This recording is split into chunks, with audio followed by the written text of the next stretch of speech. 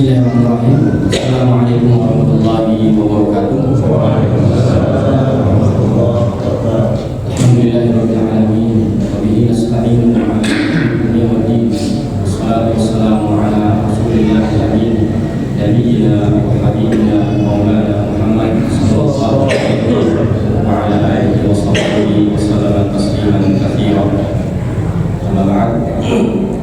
Qala ta'ala ya ayyuhalladzina amanu taqullaha haqqa tuqatih wa la tamutunna illa wa antum muslimun. Ya ayyuhalladzina amanu taqullaha wa qulu qawlan sadida yuslih lakum a'malakum wa yaghfir lakum dhunubakum wa may yuti'illaha wa rasulahu faqad faza fawzan 'azima. Amma ba'd. Jamaah sekalian, dan ba'da maghrib Masjid Al-Huda, semoga senantiasa Allah muliakan kita semuanya. Pada awal malam ini kita bersyukur kepada Allah Taala atas segala karunia nikmat yang masih kita rasakan sampai detik ini. Dan di antara nikmat terbesar yang Allah berikan kepada kita masih ditetapkan sebagai seorang muslim, sebagai seorang yang beriman, di mana dua nikmat ini menjadi nikmat teragung yang menjadi bekal kita masuk dalam surga.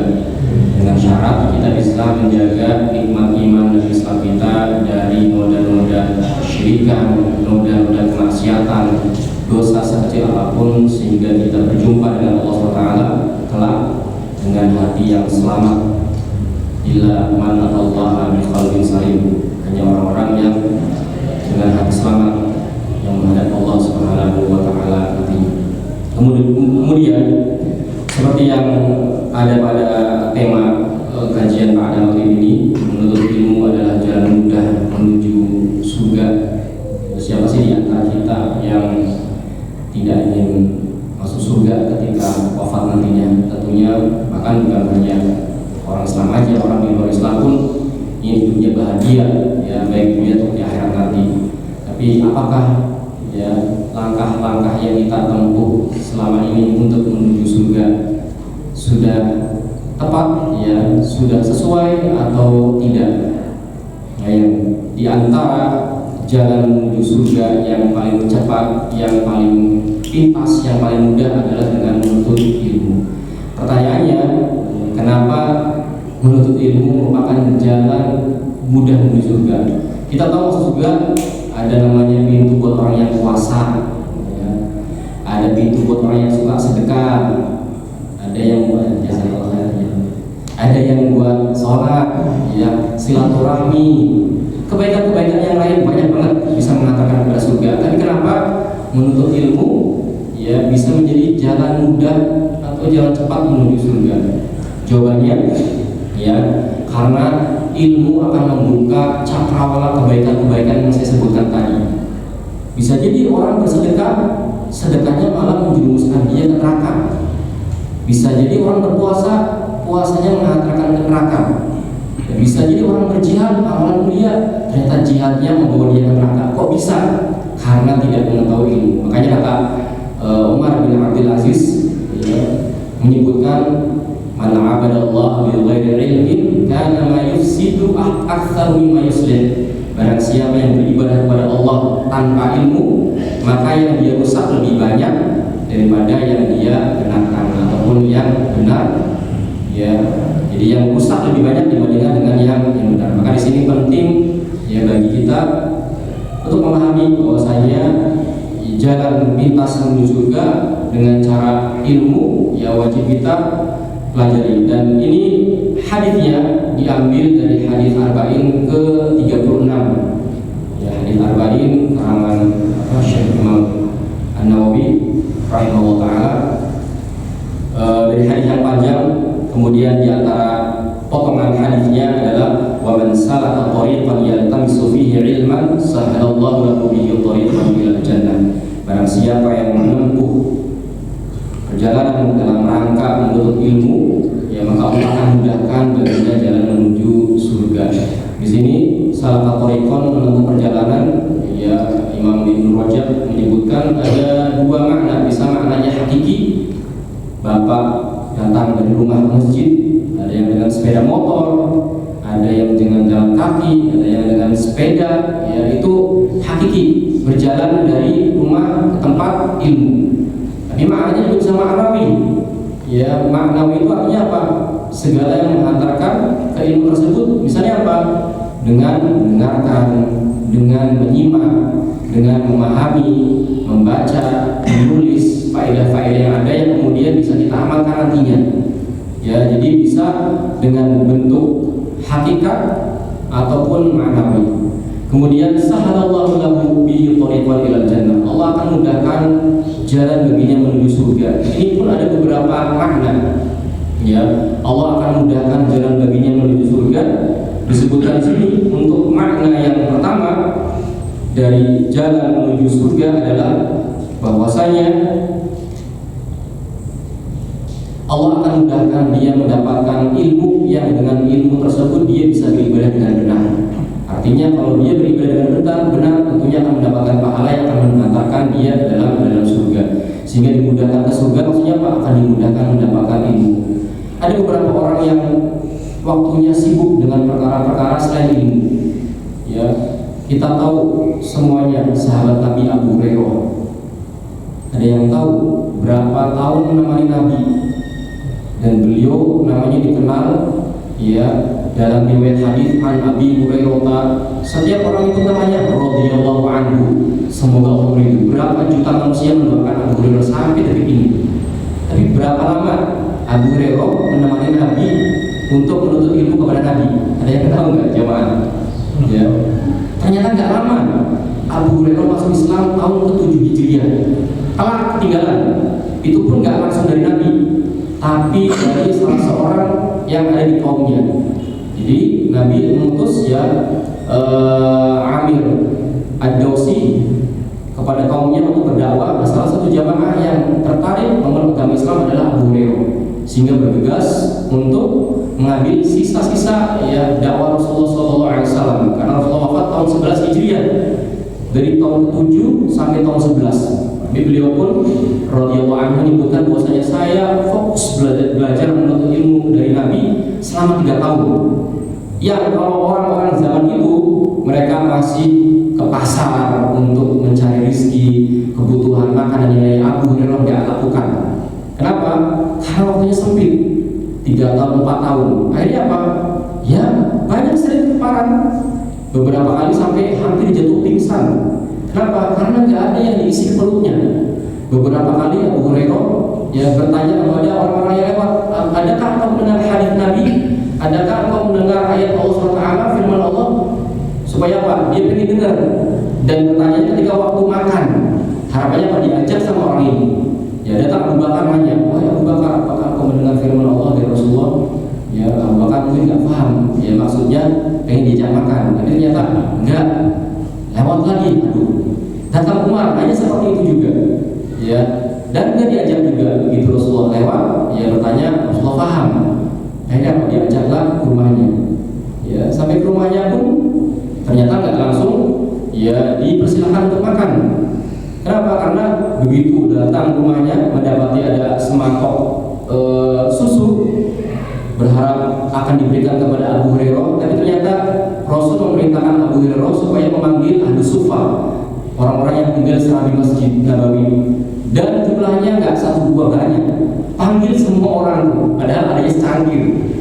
Berharap 1 cangkir bisa mengenyangkan saya malah disuruh memanggil orang-orang ahli sufa. Dapat kebagian berapa nantinya? Tapi ya baik, wasadaik ya Rasulullah, aku penuhi panggilanmu. Panggillah ya orang-orang ahli sufa. Sudah mereka duduk seperti ini, Rasulullah memerintahkan kepada Abu Hurairah ya supaya berikan mereka minum. Berharap Abu Hurairah minum duluan, dan ternyata enggak. Yang disuruh Abu Hurairah untuk memberikan minum kepada ahli sufa. Setiap orang minum sampai 1 ahli sufa semuanya bisa minum dari 1 mangkok. Itu berkah Nabi SAW. Udah mereka minum selesai, kenyang semuanya, ya bubar ke tempat lagi. Rasulullah nanya kepada Abu Hurairah, ya datang kepada saya, kemudian duduk dan minumlah, baru kemudian merasa kenyang. Tapi ternyata ya Rasulullah memerintahkan lagi, isyrab, ya minumlah Abu Hurairah, minum lagi, isyrab, berkali-kali diminum sampai menyebutkan cukup Rasulullah, la ajidu maslahan, di dalam perut saya nggak ada lagi celah untuk diisi lagi, sudah penuh. Ini Abu Hurairah, ya 3 tahun 4 tahun menemani Nabi, mendapatkan hadis dari Nabi SAW 5.000 hadis, dan itu dicatat, ya. Dan ada 800 orang dari kalangan sahabat ataupun tabi'in yang meriwayatkan hadis dari Abu Hurairah. Waktu yang singkat, ya, tapi harus ada yang dikorbankan Nabi. Nah, anak pikir orang-orang zaman sekarang nggak ada yang, atau jarang ya, yang pingsan karena menuntut ilmu, lagi hadir, ya ngantuk, iya. Tapi kalau misalnya pingsan, ya, atau nggak makan dan yang lainnya, sepertinya kita bisa memikirkan untuk kepentingan kita sendiri. Makanya lihat bagaimana pengorbanan, ya, orang-orang terdahulu dalam menuntut ilmu, di mana ilmu ini akan menjadi cahaya yang menghantarkan, ya, pemiliknya ke dalam surga. Karena orang-orang yang memiliki ilmu ini, ya, akan terbuka cakrawala kebaikan-kebaikan. Dia akan mengetahui mana prioritas ibadah yang didahulukan, ya, dalam waktu sempit dan yang lainnya. Kemudian ibadah-ibadah yang memiliki keutamaan besar, ya, orang itu melakukan suatu karena ada motivasi, sehingga ini bisa didapat ketika kita menuntut ilmu. Kayak ambil contoh,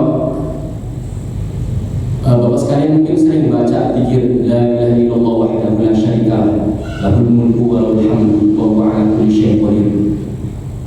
Beda antara orang membaca zikir tersebut karena melihat tulisan, ya, atau mendengar dari orang, sama orang yang membaca zikir tersebut karena, ya, tahu keutamaan dan dia ingin mengajarkan keutamaan tersebut.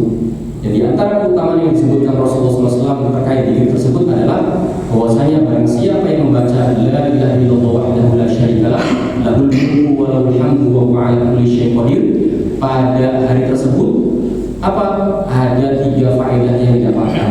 Yang pertama, akan dicatat 100 kebaikan untuk orang tersebut.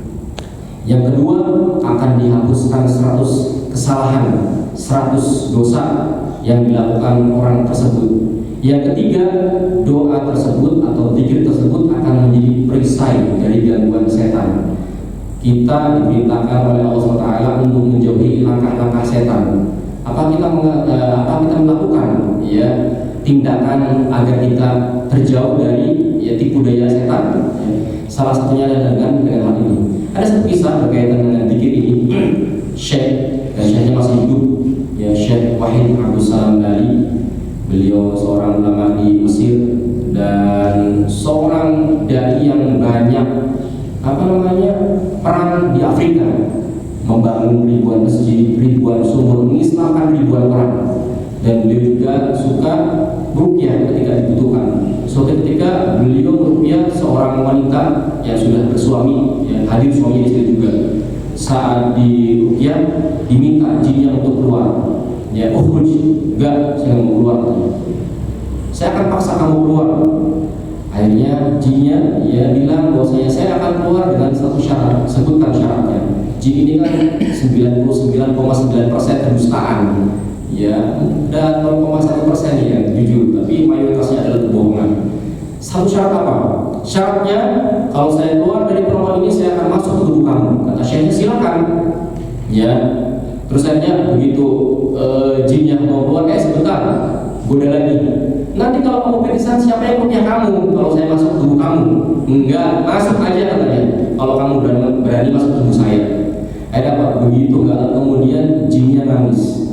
Didapati ternyata apa? Jinnya mengetahui bahwasanya Syekh ini pagi hari mengucapkan zikir la ilaha illallah wahdahu la syarikalah lahul mulku wa lahul hamdu wa huwa ala kulli syai'in qadir 100 kali, dan benar sabda Nabi SAW akan menjadi perisai perlindungan dari setan, hingga akhirnya jin tersebut tidak bisa mengganggu. Ini salah satu faedah ilmu, ya, yang akan menghantarkan kepada surga dari satu zikir. Bagaimana dengan zikir-zikir yang lain? Subhanallah bihamdihi. Apa kata Rasulullah SAW? Barang siapa, ya, yang membaca Subhanallah bihamdihi 100 kali, maka Allah akan menghapuskan dosanya meskipun dosanya sebanyak buih di lautan. Ini faedah akan menghantarkan dia ke dalam surga. Itu yang pertama, bahwasanya Allah akan mudahkan dia ke dalam surga. Allah akan mudahkan mendapatkan ilmu, dan Allah akan mudahkan dia mengamalkan ilmunya. Karena ilmu itu kalau nggak diamalkan, nggak ada apa-apanya. Iblis berilmu, diperintahkan untuk sujud kepada Adam nggak mau. Karena apa? Allah lemparkan ke dalam neraka. Kayak sini pentingnya kita bisa memahami ilmu. Atau makna yang lain adalah hidayah. Ya, Allah akan berikan hidayah. Yang dengan hidayah tersebut akan mengantarkan dia ke dalam surga. Artinya apa? Bisa jadi kemudahan tersebut adalah kemudahan ilmu, bisa jadi kemudahan tersebut adalah hidayah.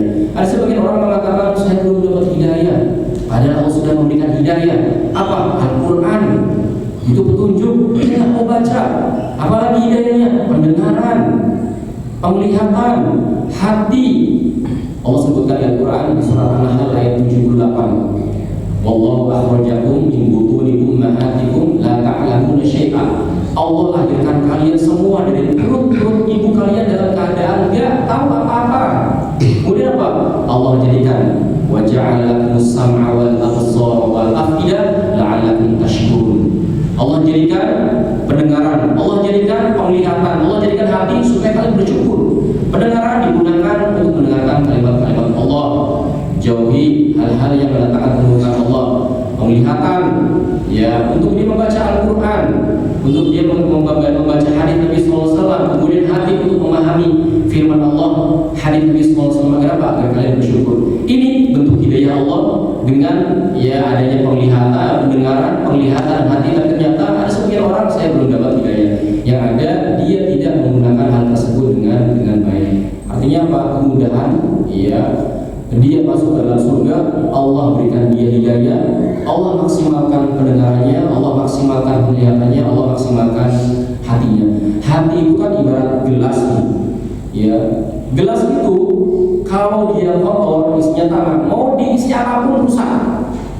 Mau diisi sirup, mau diisi kopi, mau diisi jahe, ya itu semuanya rasanya akan rusak. Tapi ketika bersih, akan diisi apapun, itu rasanya akan enak. Maka ketika hati ini sudah rusak, ya mau nerima apapun, keluarnya akan menjadi rusak. Apa kata Rasulullah SAW? Ala inna fil jasadi mudghah. Ketahui bahwa di dalam tubuh manusia ada mudghah, segumpal daging. Yang kalau daging tersebut rusak, seluruh tubuh kita akan rusak. Mata akan digunakan untuk melihat yang Allah murkai. Telinga yang akan kita gunakan untuk mendengar ya pembicaraan apalagi zaman sekarang nih. Apa hoax, ya berita dusta yang orang sekarang lebih menikmati info hangat dibandingkan menikmati firman Allah ataupun hadis Nabi. Ini ada kasus terbaru ini. Setiap hari diupdate kasus terbaru. Memalingkan orang ya dari hal-hal yang mendatangkan kebaikan. Apakah kita duduk melihat medsos ya misalnya setengah jam, 1 jam akan mendatangkan pahala? Enggak. Tapi bayangkan kalau kita duduk membaca firman Allah, membaca hadis Nabi dan yang lainnya dari buku-buku yang mendatangkan kebaikan, tentu itu akan lebih mendatangkan kebaikan kita kepada Allah Subhanahu wa ta'ala. Atau kemudahan yang lain adalah Allah akan berikan kemudahan yang lain dari ilmu yang didapatkan akan menghantarkan ilmu yang lain. Jadi ilmu yang Allah sebutkan di sini, ilmu yang terpuji adalah ilmu syar'i. Bagaimana dengan ilmu umum? Ilmu umum itu dia memenuhi 2 hal baru bisa dikatakan bermanfaat. Yang pertama, ya tidak bertentangan dengan syariat. Yang kedua, mendatangkan ya manfaat bagi manusia. Yang pertama, bermanfaat ataupun mendekatkan diri kepada Allah SWT. Yang kedua, bermanfaat bagi manusia. Jadi ilmu umum apa saja ketika dia tidak memenuhi 2 hal ini, maka mempelajarinya adalah sia-sia atau tercela. Ya ilmu dunia kalau dia dipelajari ternyata semakin mendekatkan diri kepada Allah SWT. Kayak contoh adanya editing video, memudahkan orang mendapatkan video-video bermanfaat, ya menjadikan orang semakin dekat kepada Allah. Manfaat manusia juga semakin luas. Kayak adanya mikrofon ini, ya dulu nggak ada, kemudian sekarang ada, memudahkan orang bisa mendengar suara dengan jelas. Itu ketika bermanfaat, maka manfaatnya ya untuk manusia, maka di sini menjadi ya pahala bagi orang tersebut dan buat orang-orang yang bisa memanfaatkan ilmu tersebut. Jadi ilmu yang dipuji Allah SWT adalah ilmu yang bermanfaat, dan ilmu yang bermanfaat adalah ilmu syariat ataupun ilmu berkaitan dengan agama. Adapun ilmu dunia, syaratnya adalah syaratnya adalah 2, mendekatkan diri kepada Allah. Yang kedua adalah bermanfaat bagi maslahat kaum muslimin. Kemudian makna yang keempat dari Allah mudahkan adalah Allah akan mudahkan nanti ketika lewat sirot. Ya, karena sirot itu sama seperti kita di alam kubur, nggak akan bisa melalui kecuali orang-orang yang di dunia melaksanakan agama Islam ini dengan benar, dengan baik. Di alam kubur semua kita akan diberikan pertanyaan 3 hal yang mudah: siapa Tuhanmu, siapa nabimu, ya apa kitabmu. Semua orang bisa menjawab, tapi ternyata di alam kubur tidak bisa menjawab kecuali orang-orang yang terbiasa di kehidupan dunianya mempelajari, mengamalkan, mendakwahkan hal tersebut, ya di kalangan manusia. Adapun ketika di dunia tidak melaksanakan itu semua, maka yang terjadi adalah apa? Kebencanaan, ya kebinasaan di alam kubur dengan pertanyaan malaikat yang tidak bisa dijawabnya. Maka di sini ya 4 hal makna bahwasanya Allah akan mudahkan jalan menuju surga. Yang pertama adalah kemudahan dia dalam mendapatkan ilmu, kemudian mudah dalam mengamalkannya. Kemudian Allah akan berikan hidayah, ya. Kemudian yang berikutnya Allah akan berikan ilmu yang didapatkan mengantarkan kepada pengetahuan yang lain.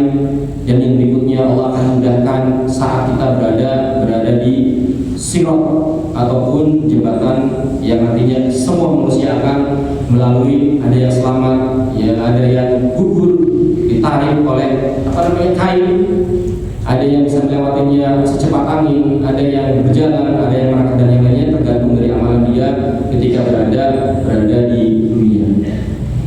Sidang kajian maghrib Allah muliakan, sehingga setelah kita memahami dan mengetahui bahwasanya dengan mempelajari ilmu ini akan terbuka segala kebaikan-kebaikan yang akan kita lalui di kehidupan dunia. Hendaknya kita sebab memperhatikan dan semangat dalam mengkaji, ya, membaca.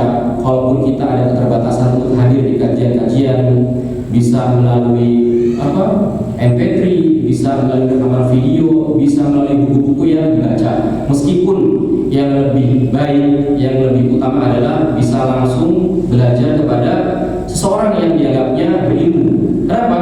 Karena ketika ada hal-hal yang dia tidak ketahui atau ada hal-hal yang membuat dia rancu, ya meragukan, dia bisa langsung bertanya kepada orang tersebut terkait penjelasan hal tersebut sehingga tidak salah. Ya, karena manusia pada tingkatan ilmu ada beberapa tingkatan. Ya, dimulai dari yang namanya bodoh. Bodoh itu keadaan orang tidak mengetahui. Nah, bodoh ini juga ada yang parah lagi, ya bodoh kuadrat, ya jahlun murakkab. Dia bodoh dan merasa dirinya tahu, sehingga dapat 2 dosa. Dosa yang mengamalkan ilmu karena kebodohan, dan dosa karena dia mengamalkan ilmu dikasih tahu tapi tidak mau membetulkan bahwasanya yang dikerjakan adalah sebuah kesalahan.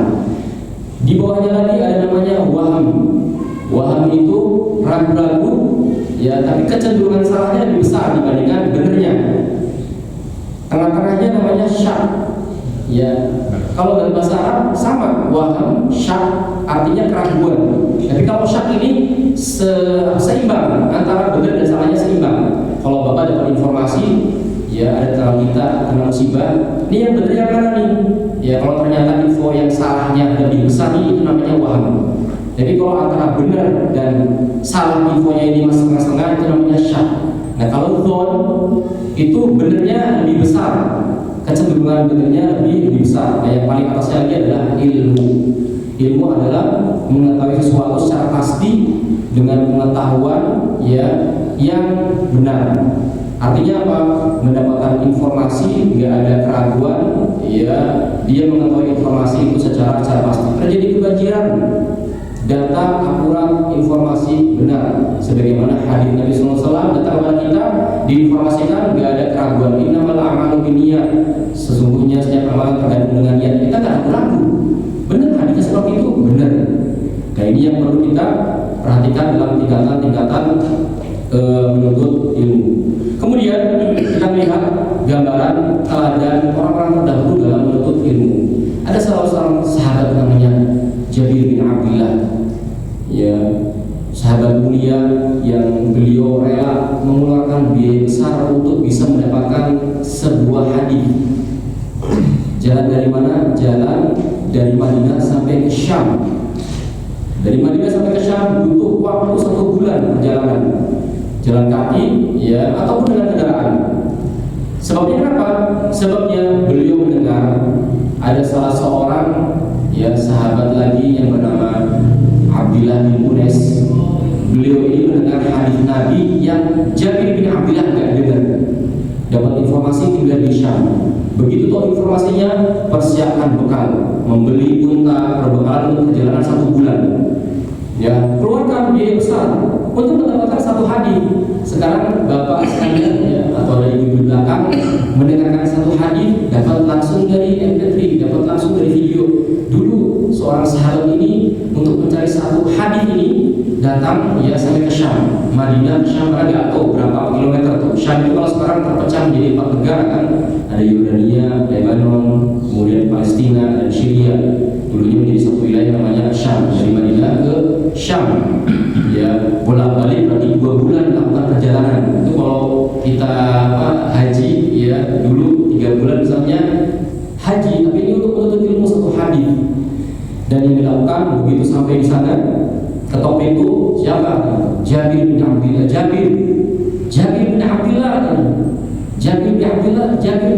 Iya saya Jabir. Begitu keluar atau ditulis menyampaikan hadis, yuhsyarun nasu yawmal qiyamah hufatan ghuratan hurlan, bahwasanya hari kiamat nanti manusia akan dikumpulkan di pada mahsyar dalam keadaan tidak memakai pakaian, dalam keadaan tidak disunat, dalam keadaan tidak memakai alas kaki. Ingin menerangkan 1 hadis tersebut. Sampai Aisyah juga menyebutkan ketika Rasulullah menyebutkan hadis tersebut, ya, apakah nanti kita akan saling melihat hari itu wahai Rasulullah ketika dibangkitkan di hari kiamat nanti dalam keadaan tidak berpakaian, tidak bersandaran, tidak beralas kaki, tidak disunat? Ya, kemudian kata Rasulullah, al-amru yawma idzin asyaddu min dzalika. Perkara pada hari tersebut, pada hari kiamat lebih besar dibandingkan kita untuk menyaksikan orang-orang yang terbuka auratnya, sehingga tak memungkinkan. Kayak contoh itu kan hari kiamat nanti ya. Contoh yang zaman sekarang misalnya ketika terjadi gempa aja, orang tidak peduli, dia lagi mandi udah keluar aja. Ya, waktu terjadi gempa di Jogja tahun 2004 atau 2006 dulu, ya saya masih pesantren di Semarang. Itu orang-orang yang ada di kamar mandi di asrama keluar dalam keadaan tidak memakai pakaian tanpa mereka sadari. Keluar begitu selesai gempa baru mereka sadari. Ini baru kejadian di dunia, dengan akhirat nggak bisa dibandingkan. Kemudian ada seorang terdahulu juga, Malik bin Anas, yang rela menuntut ilmu kemudian menjual semua perabotan rumah tangganya. Di rumah punya meja seperti ini dijual untuk modal bisa menuntut ilmu. Habis nih untuk menuntut ilmu, ada kursi jual lagi. Sampai perabot rumah tangganya di rumah habis, nggak punya apa-apa lagi. Habis dijual, atap gentengnya dijual untuk bisa belajar. Ya, apa yang dikorbankan, apa yang dia miliki dia korbankan. Kenapa? Karena surga Allah itu mahal. Dan dampak dari ilmu yang dimiliki ya gak sebanding dengan apa yang kita keluarkan di dunia. Ya kita keluarkan dunia apa, angka-angka rupiah hilang saat begitu nanti kita hidup di surga, udah lelah yang kita dapatkan di dunia akan hilang, kenikmatan abadi yang kita dapatkan di surga ya itu akan kita dapatkan. Dan ilmu ini yang Allah perintahkan kepada Nabi, hanya satu hal Allah memerintahkan kepada Nabi minta tambahan, yaitu ilmu. Gak ada Allah memerintahkan kepada Nabi minta dinaikkan jabatannya, minta diperbanyak hartanya. Tapi apa? Minta supaya perbanyak ilmu. Apa firman Allah SWT di dalam Al-Quran ketika Allah berfirman,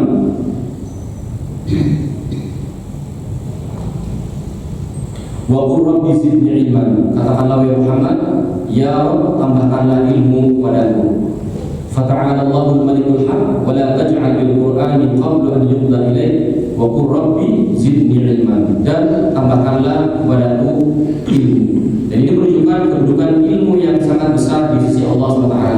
Dan di antara keutamaan yang lain juga yang disebutkan oleh para ulama adalah bahwasanya ilmu akan mengangkat derajat seorang manusia baik di dunia ataupun di akhirat. Allah SWT berfirman di dalam Quran surat Al-Mujadilah ayat 11, yarfa'illahu alladhina amanu minkum walladhina utul ilma darajat. Allah akan meninggikan derajat orang-orang yang beriman di antara kalian dengan beberapa derajat.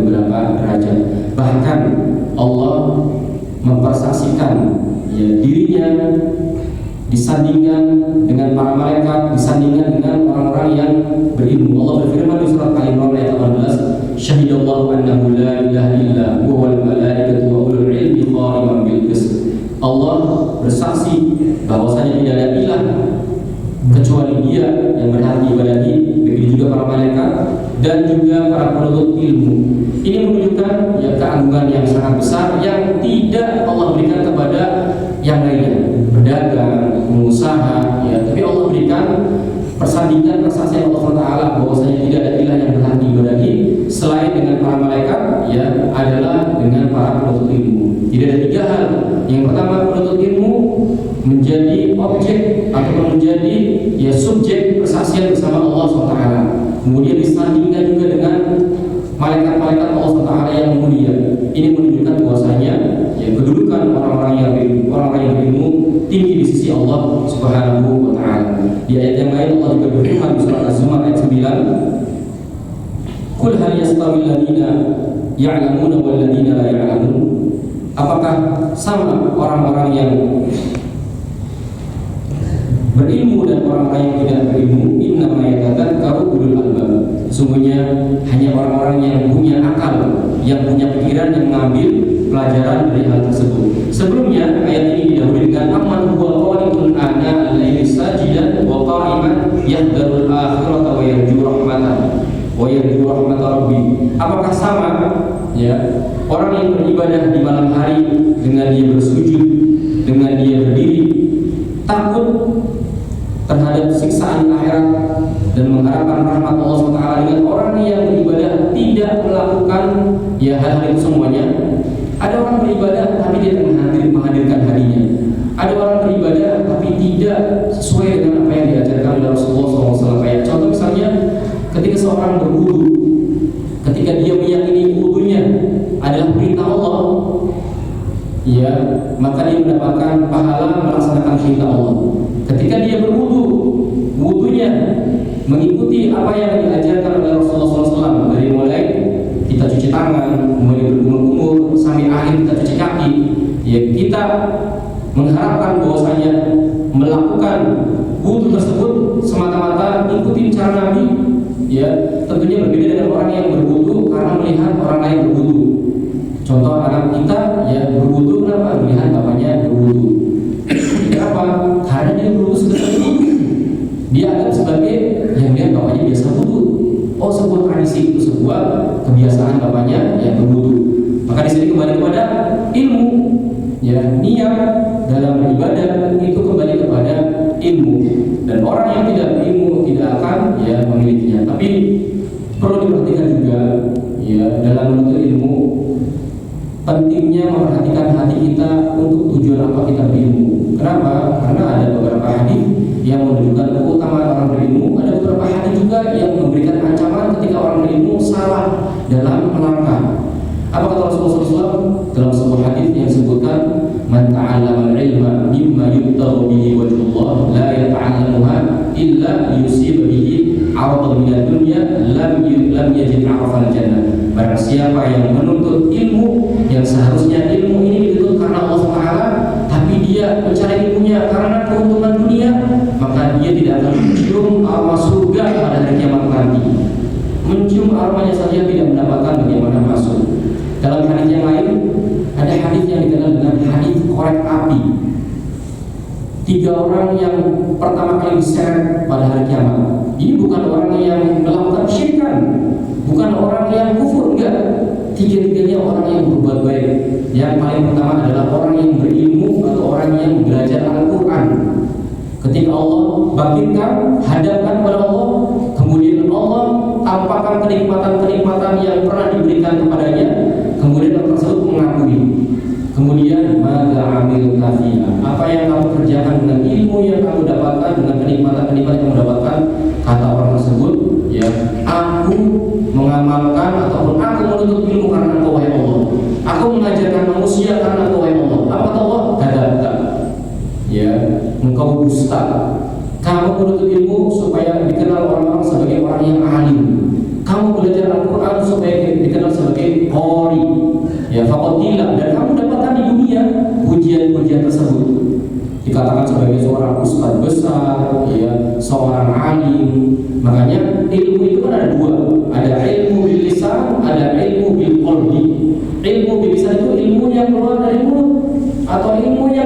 hujah kayak Al-Quran itu ilmu, ya, tapi itu nggak akan bermanfaat ketika nggak sampai hati.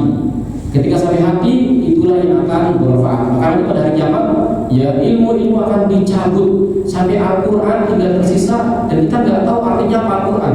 Kenapa? Karena orang baca nggak tahu faham arti di dalam isi Al-Quran.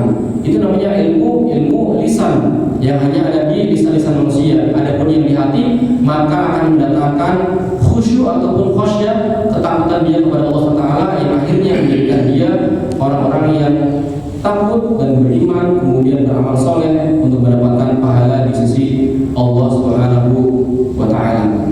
Maka di sini pentingnya kita untuk bisa memahami apa-apa yang diperintahkan Allah Subhanahu wa Ta'ala di dalam Al-Quran, kemudian mengamalkannya sesuai dengan apa yang diperintahkan Allah Subhanahu wa Ta'ala dan juga Rasulnya, dengan berharap bahwasanya kita, ya, nantinya menjadi saksi apa yang kita kerjakan semua murni semata-mata karena Allah SWT. Kemudian orang tersebut setelah Allah tampakkan kenikmatan, kebaikan dan yang lainnya, kemudian dikatakan dia telah berdusta, Allah, ya, perintahkan malaikat untuk menyeret di bawah mukanya. Muka ini yang dulunya dia nampak di hadapan orang-orang adalah orang baik, orang soleh dan yang lainnya, namun akhirnya 3 orang yang pertama kali dibangkitkan pada hari kiamat, penuntut ilmu atau orang yang berilmu, kemudian Farid tadi diseret di atas wajahnya, di mana wajah ini yang nampak baik di mata orang-orang saat itu, ya, menjadi wajah buruk pada hari kiamat nantinya. Berkaitan dengan hadis itu juga Imam Ibnu Jauzi pernah menyebutkan bahwasanya beliau ini biasa kalau menyampaikan nasihat, bahkan disebut nasihat para ulama, ya, menasihati puluhan, ribuan, ratusan orang, mereka terbiasa menangis, bahkan mengislamkan ratusan orang, tapi beliau masih memperbaiki hatinya dengan mengucapkan, ya, bagaimana kalau seandainya mereka itu yang selamat sedangkan saya yang hancur. Padahal dia menyampaikan nasihat kebaikan, tapi ternyata bisa membawa kepada kehancuran ketika tidak memperbaiki hatinya dalam, ya, belajar, dalam menasihati dan yang lainnya. Artinya, ya, bahwasanya ilmu jalan mudah menuju surga, bisa juga membawa pemiliknya jalan menuju neraka ketika dia tidak mempelajarinya dengan baik, dengan benar, ya, kepada sumber yang benar, memperhatikan kepada siapa diambilnya dan yang lainnya, sehingga itu menjadi hujah dari Allah Taala, sebagaimana yang disebutkan, ya, tentang 3 golongan orang yang nanti pertama akan diseret di dalam api neraka. Adapun yang kedua, mujahid, orang yang bekerja di jalan Allah Taala, ketika Allah tampakkan kenikmatannya, kemudian dia mengaku bahwasanya saya berjihad di jalan Allah SWT. Kata Allah, "Sadaqta, engkau berjihad supaya engkau dikenal sebagai seorang pemberani." Ya, dan itu didapatkan, wah, hebat orang tersebut. Kemudian berikutnya, orang yang suka memberi, dermawan. Ya, engkau apa yang lakukan dengan kenikmatan yang aku berikan? Ya, aku bersedekah dengan ikhlas karena ya Allah. Enggak, bohong kamu bersedekah supaya kamu dikenal sebagai seorang yang dermawan, seorang yang baik hati, dan engkau mendapatkan itu dunia, tapi di akhirat ternyata enggak. Dan itu kembali kepada ikhlas, sehingga puncak faedah manfaat dari menuntut ilmu adalah kebersihan hati yang akan mengantarkan seorang hamba ke surganya Allah nantinya. Itu mungkin faedah yang bisa kita dapat sampaikan, ya, di sini, ya, Pak. Saya Ustaz. Assalamualaikum warahmatullahi wabarakatuh. Terima kasih.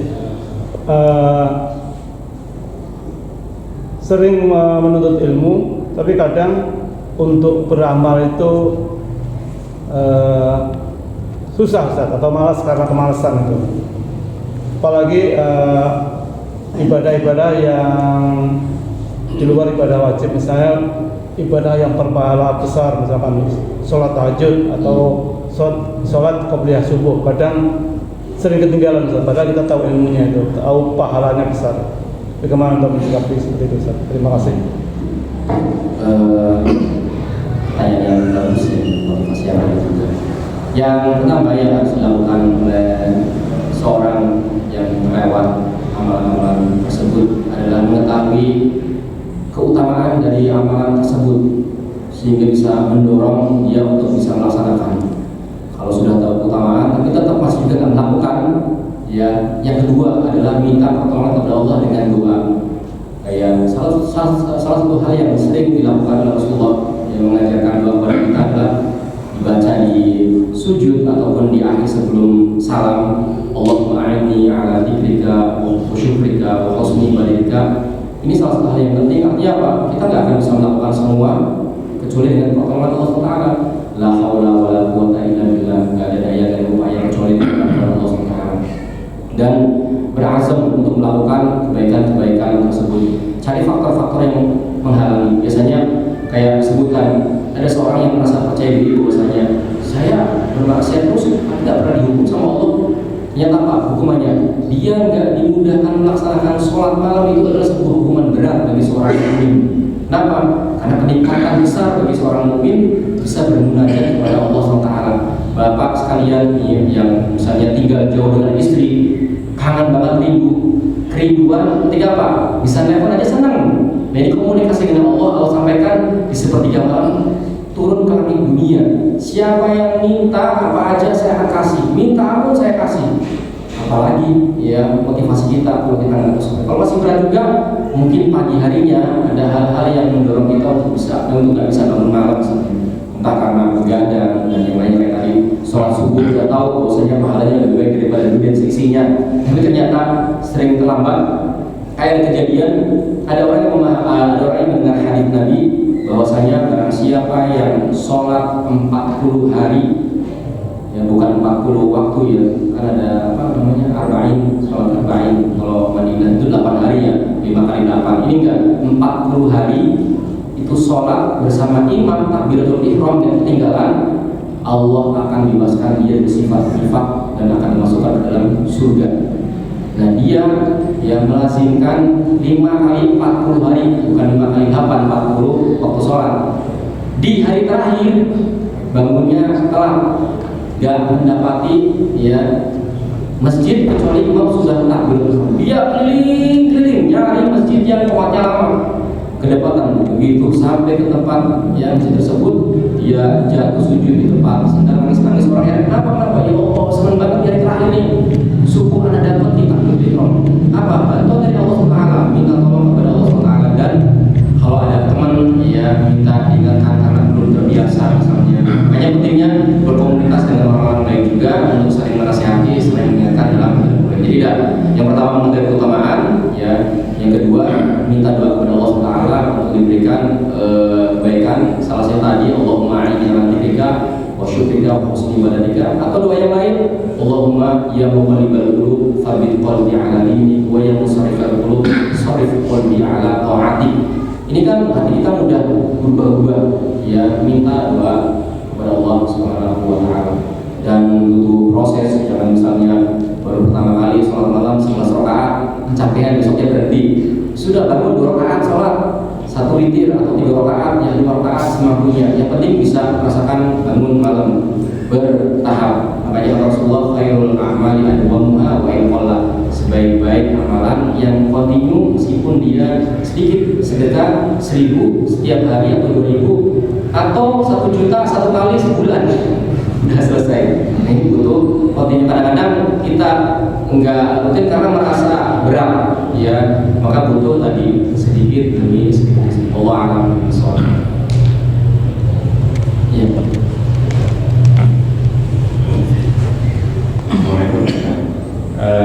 Terkait hukum menuntut ilmu asal, misalkan di suatu yang kemarin masjid sudah di jadwalnya sudah ada terkait kajian gitu ya gitu. Nah itu bagaimana itu Ustaz?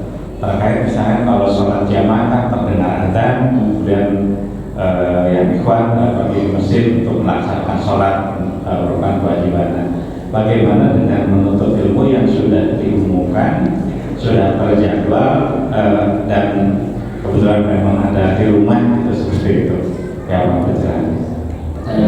Pertanyaan hukumnya itu jadi seperti apa itu kalau demikian itu? Nabrak waktu sholat? Bukan.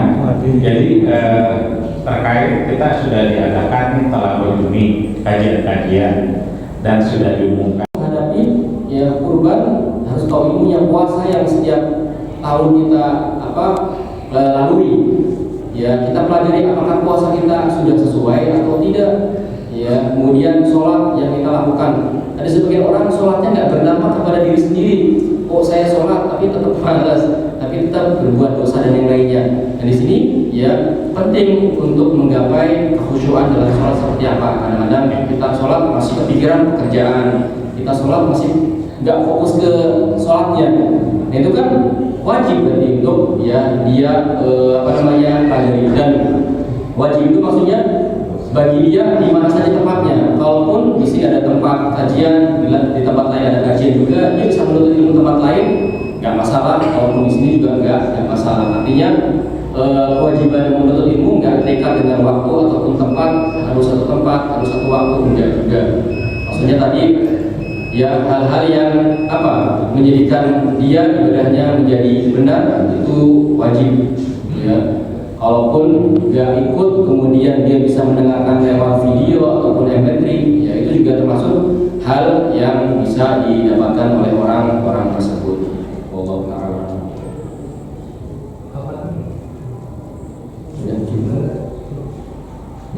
Cukup ibu-ibu. Ada.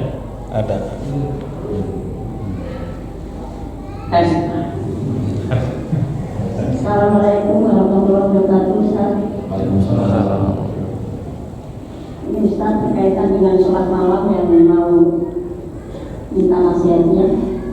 Utamanya sholat malam itu kalau seandainya kita bacaannya belum begitu fasih Ustaz.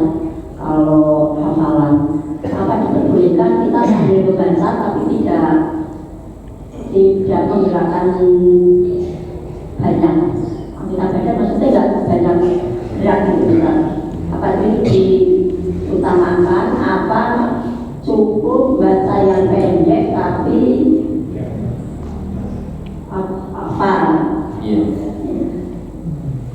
Iya Ustaz. Iya. Nasihatnya. Iya.